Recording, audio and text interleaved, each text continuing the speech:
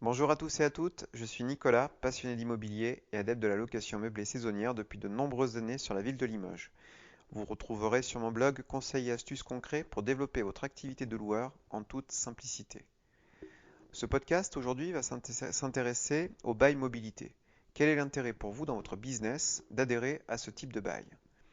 Alors il faut savoir que le bail mobilité est issu de la loi Elan, qui a établi un nouveau contrat de location à mi-chemin, si j'ose dire, entre le contrat de location meublée classique, tel qu'on peut le connaître depuis longtemps, et le contrat de location saisonnière.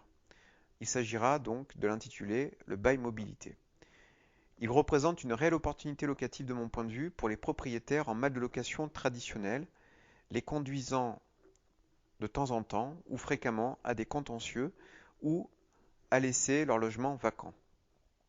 Parce qu'il faut savoir que bon nombre de propriétaires, soit ils sont fatigués des contentieux parce que ils ont eu de mauvais locataires, ou le rapport locatif, très simplement, entre propriétaires et locataires se sont pas bien passés, donc ils peuvent être frustrés et blasés.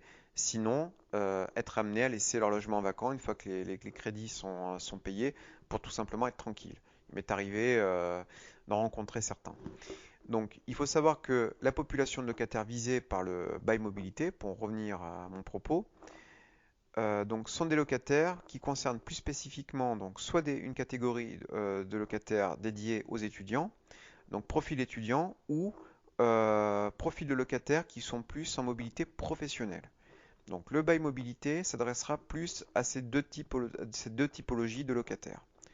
Alors, quel est l'avantage de ce bail? De mon point de vue, c'est sa durée, en fait, tout simplement. Parce que ce bail est prévu pour une durée de 1 mois, pouvant aller jusqu'à 10 mois non renouvelables.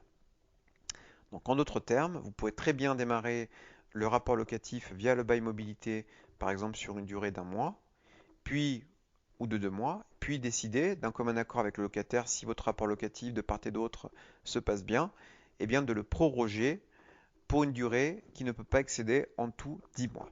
Vous pouvez proroger une fois la durée du bail dans la mesure où celui-ci n'excède pas la période de 10 mois. Alors, quelles sont les caractéristiques de ce fameux bail que je mets en avant aujourd'hui auprès de vous?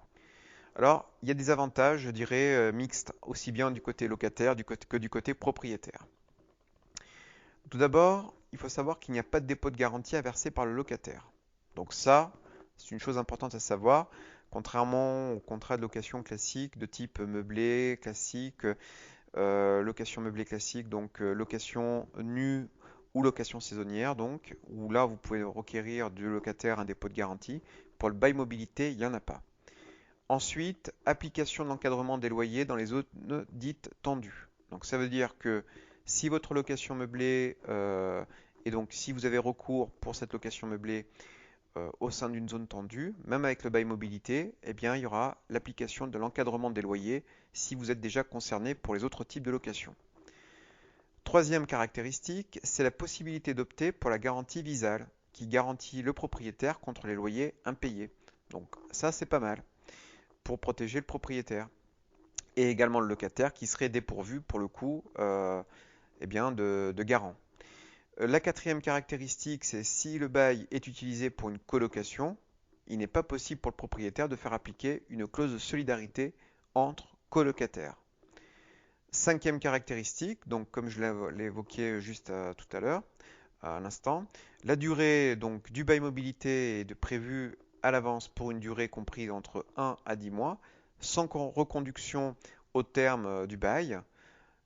En revanche, comme je l'ai indiqué tout à l'heure, un avenant peut être conclu en cours d'existence du contrat à une seule reprise, sans excéder la période maximale de 10 mois. Comme je l'ai indiqué tout à l'heure, de mon point de vue, il s'agit d'un argument très intéressant pour savoir si locataire et propriétaire peuvent s'entendre, si le propriétaire donc est content du locataire en termes de paiement des loyers par exemple, et en termes d'entretien des lieux par rapport à l'offre locative qu'il met à disposition du locataire, et pour le locataire de savoir s'il est tout simplement confortablement installé concernant donc la location qu'il a pris. Autre caractéristique d'importance, donc il s'agira du coup du sixième point, le locataire peut quitter le logement à tout moment durant sa location, donc compris entre 1 et 10 mois, en respectant un préavis d'1 mois. Voilà, donc ça c'est intéressant pour le locataire. Une autre caractéristique pouvant intéresser le propriétaire, bien entendu, le propriétaire ne peut pas, quant à lui, mettre un terme à la location, sinon à demander la résiliation judiciaire du bail pour un manquement contractuel du locataire. Le loyer, donc, en règle générale, pour le contrat mobilité, il faut savoir, en dépit de zones tendues ou d'encadrement concerné au terme de loyer, le loyer est fixement et librement fixé par le propriétaire, en respectant l'encadrement, bien entendu, dans les zones quand ils sont concernés, comme je viens de l'indiquer.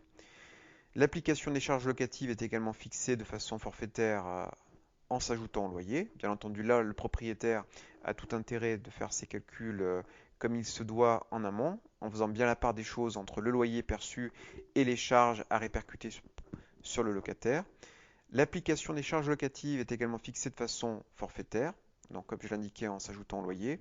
Le logement doit bien aussi répondre aux critères de décence et le locataire éligible peut faire une demande d'allocation logement auprès de sa CAF locale, si bien entendu le locataire est éligible à l'allocation logement. Voilà, donc voilà un inventaire des caractéristiques du bail mobilité. On pourrait rajouter également que le public visé, parce qu'il y a un public comme je l'indiquais, ou du moins si on ne parle pas de public, il faut que le locataire réponde à un certain nombre de profils. Le contrat mobilité va fixer en fait réglementairement les locataires pourront être concernés par ce contrat. Donc on parlera de locataires en formation professionnelle, de locataires faisant l'objet d'études supérieures, en contrat d'apprentissage, en stage, en mutation professionnelle, travaillant en intérim ou en saisonnier, entre autres. Voilà les profils de locataires concernés par le bail mobilité. Le bail mobilité va porter bien entendu sur des logements qui vont être meublés et le locataire, à la différence du bail saisonnier, va y établir sa résidence principale. Au niveau de la formalisation du bail, comme il se doit, comme tout bail, le bail va être écrit. Devra être adossé à ce bail mobilité le dossier diagnostic technique complet à fournir par le bailleur au moment de l'entrée dans les lieux par le locataire. Pour rappel, le diagnostic technique correspond donc à différents éléments. On va y retrouver entre autres le diagnostic de performance énergétique, le constat de risque d'exposition au plan, un état de l'installation intérieure d'électricité et de gaz, un état des risques naturels et technologiques, un extrait du règlement de copropriété et bien entendu un état des lieux d'entrée et de sortie comportant notamment l'inventaire du mobilier loué. Voilà. Voilà, en gros, ce que vous devez retenir pour le contrat mobilité. Dans un prochain podcast, je ferai la différence entre les différents baux, entre le bail mobilité et le contrat de location saisonnière, et on reverra l'intérêt de tel ou tel bail fonction de votre business. En tout cas, j'espère que ce podcast, cette vidéo sur le bail mobilité vous aura éclairé. N'hésitez pas en tout cas à le partager, à le liker, à nous suivre sur notre chaîne YouTube Locastus et vous abonner sur locastus.com pour être mis au courant des prochaines publications. Et bien entendu, je vous souhaite une agréable fin de journée et je vous dis à très bientôt.